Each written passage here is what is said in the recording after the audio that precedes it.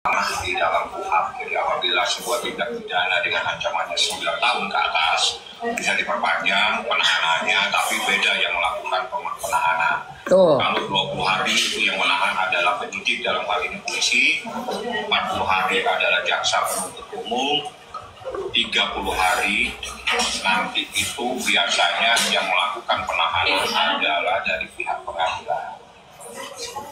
Jadi itu dibenarkan di KUHP. Di KUHP ada memang. Terkait tindak pidana yang ancamannya 9 tahun ke atas. Tapi untuk tempat penahanan sendiri masih sama. Tidak ada perubahan. Ya silakan KUHP. Jadi kalau hak dan wewenang kekuasaan yang melekat, ya silakan. Tapi yang jadi persoalan ini kenapa ditahan-tahan terus, gitu loh. Kalau emang yakin dengan Anda bukti, ya udah limpahkan aja. Kenapa masih bingung cari berlarut-larut gini, Bang? Masih bingung cari bukti kan jadi timbul pertanyaan gitu. Ada apa Anda masih bingung cari bukti? Kemarin cari bukti, hari ini cari bukti kan repot kita. Saya nggak perlu jelasin lah bukti apa yang dicari-cari. Yang jelas saya katakan, saya tegaskan saat ini, yang menjadi dasar laporan ini adalah sebuah rekaman percakapan antara seseorang dengan seseorang. Rekaman tersebut telah saya laporkan ke polisi dan menjadi bukti yang ilegal. Dan itu saya yang terpenting. Silakan. Menjadi bukti yang ilegal. Kalau jika nanti masa penahanan yang selanjutnya ini berakhir, Bang, apakah nanti Kaniki bisa bebas, Bang? Ya, itu namanya lepas dari hukum, dan itu secara otomatis. Lepas dari hukum otomatis ya bisa bebas. Diperpanjang lagi 30 hari, tidak ada kepastian hukum untuk dinyatakan lengkap, maka itu namanya lepas dari hukum dan harus keluar. Itu otomatis. Jadi hukum ini tertib.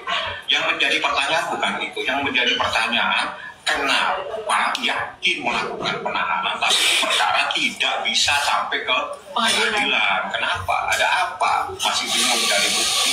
Kanikinya tuh jadi gimana nggak sih, Bang, ngelihat ini tuh kayak dimain-mainin gitu kan? Dia merasa dirugikan juga. Nggak ada, itu urusan nggak perlu saya perdebatkan karena saya sudah jelaskan kepada Diki mekanisme hukum yang berlaku di Indonesia seperti itu. Beda kalau ancamannya tidak ada di atas 9 tahun. Jadi Ya. 20-40 hari harus keluar. Bukti ilegal tapi kok bisa dipakai, nggak ngerti. Nggak tahu.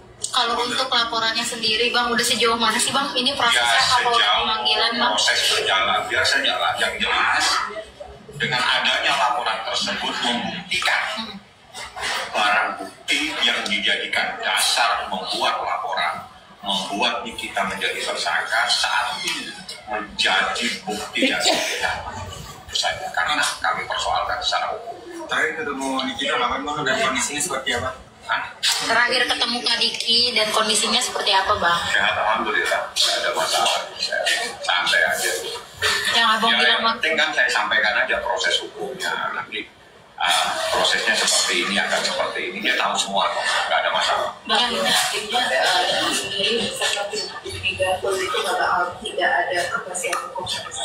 Coba tanya kepada yang melakukan proses. Iya. Saya nggak bisa jelaskan. Yang jelas prosesnya seperti ini. Yang saya tahu ada beberapa proses di mana dia masih mencari bukti. Bang, benar, Bang, Kaniki makin religius, Bang. Ya itu yang saya tahu, tapi kan saya kan jarang ketemu dia, jadi pernah sekali saya ketemu dia bilang, mohon maaf saya nggak bisa lama, saya lagi ngaji. Jadi berarti dia lagi mengatakan dia punya aktivitas religiusnya, ya itu lebih bagus lah ya. Tapi saya nggak mungkin terlalu dalam tanya-tanya karena saya jarang suka hanya bisa tanda tangan. Setelah itu ya saya nggak mau mengikuti. Nanti saya coba akan tanya lagi kalau ya benar saya baru. Iya, makanya ini yang memang ngeselin banget sih. Kalau kemampuan pihak Polda Metro Jaya menetapkan seseorang sebagai tersangka, ingat ini kata-kata Polda Metro ya. Polda Metro itu kan masuk klasifikasi Polda berjajaran kelas A.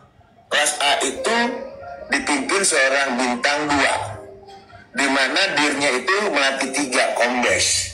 Otomatis jajarannya ada Kasubdit, ada Panit, ada Kanit, dan mereka rata-rata mempunyai kemampuan serse, kemampuan menyidik satu kasus itu hebat, pintar.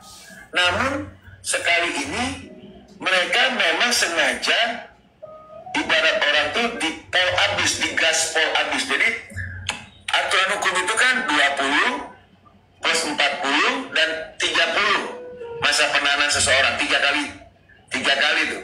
Pertama perpanjangan yang 20 awal, kedua perpanjangan kedua, dan terakhir permohonan kepada ketua pengadilan negeri setempat meminta waktu 30. Jadi total semua 90. Boleh menggunakan itu kalau terkait kasus yang memang dikatakan rumit.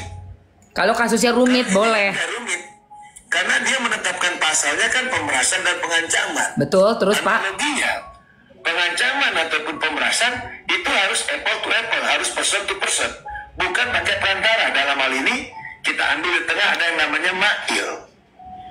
Oh my God. Apalagi dimajukan dengan alat bukti berupa rekaman yang memang yang merekam itu bukanlah sesuai aturan hukum atau undang-undang, yaitu aparat negara, tapi orang yang memang mempunyai permasalahan yang telah dibuka ke publik terkait produk kosmetik yang dia buat, gitu loh.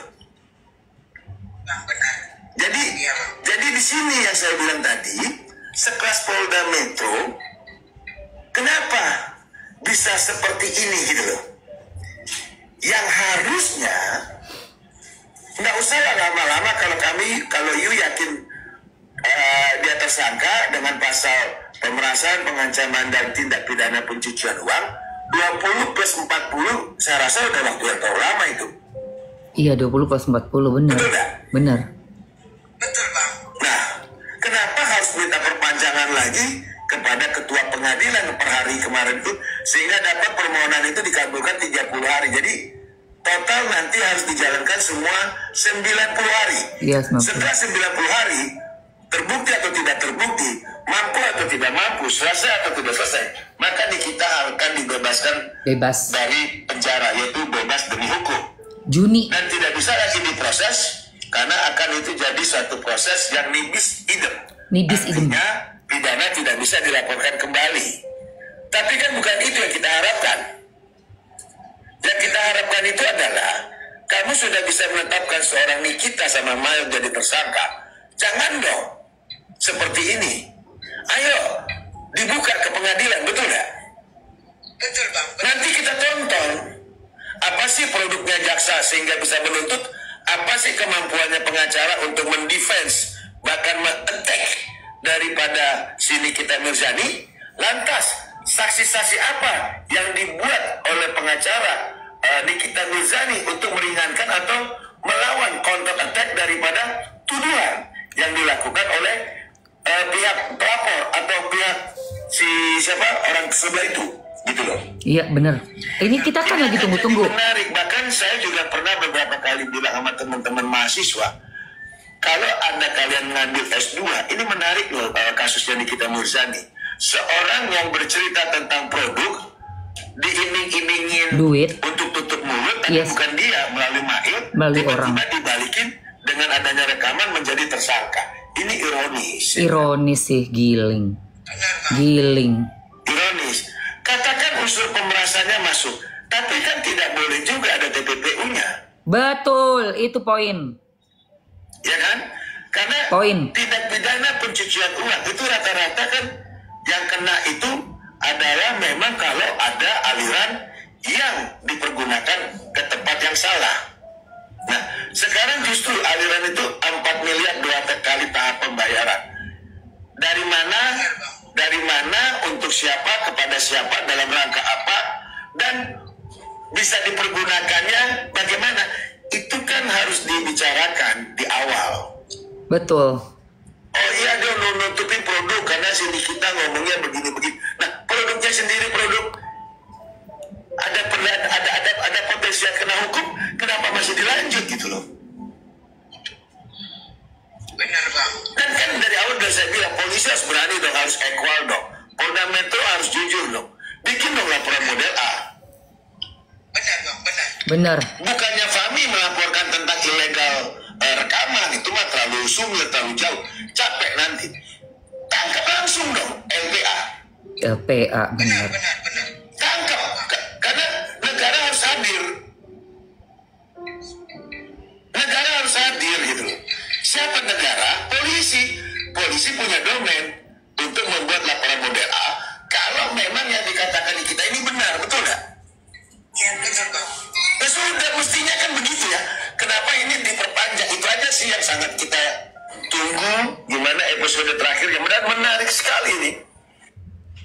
Gila sih. Wow, salut ya buat Bang Togar ya, Togar Situmorang. Karena memang udah banyak sekali cacat dalam berbagai aspek ya dari kasusnya Nikita Mirzani, sampai Bang Togar Situmorang ini bilang kalau anak-anak hukum yang mau ngambil S2 master bisa mengangkat kasus ini, merupakan salah satu kasus yang teraneh di negara kita. Karena apa? Dari barang buktinya aja tidak valid. Rupanya si barang bukti yang diberikan si Dr.